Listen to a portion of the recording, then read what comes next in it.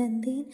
கண்ணாளா நீ எனது கண்ணை நேற்றோடு காணவில்லை. என் கண்களை பறித்து கொண்டும் ஏன் இன்னும் பேசவில்லை.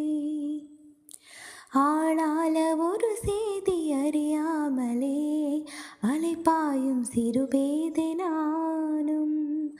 உன் பேரும் என் பேரும் தெரியாமலே உள்ளங்கள் இகமாறும் ஏதோ. வாய் பேசவே வாய்ப்பில்லையே, வலி தீர